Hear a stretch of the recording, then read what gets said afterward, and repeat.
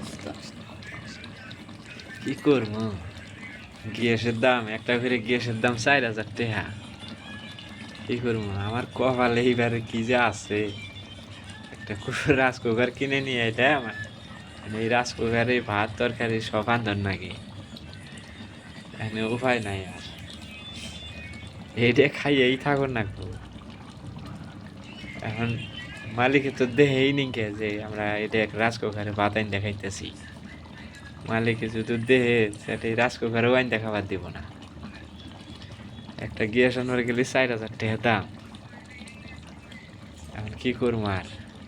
এখন গরিব মানুষ একটা গ্যাস যদি ভরবার যায় 4,000 টাকা নাকবো, তাহলে আমার হাজিরা গেতাছে কয়দিন খের? 4 দিন খের। পোলাপান নিয়ে কাম করে আছি, 4 দিনের হাজিরা যদি যায়, আমি বিদেশে থাকি আমার কোনো লাভই নেই। দেখ প্রবাসী তো বাড়িতে গেল গা, আমরা তো বাড়িতে যাওয়ার পাইলাম না, কষ্ট করে থাকি আর কি।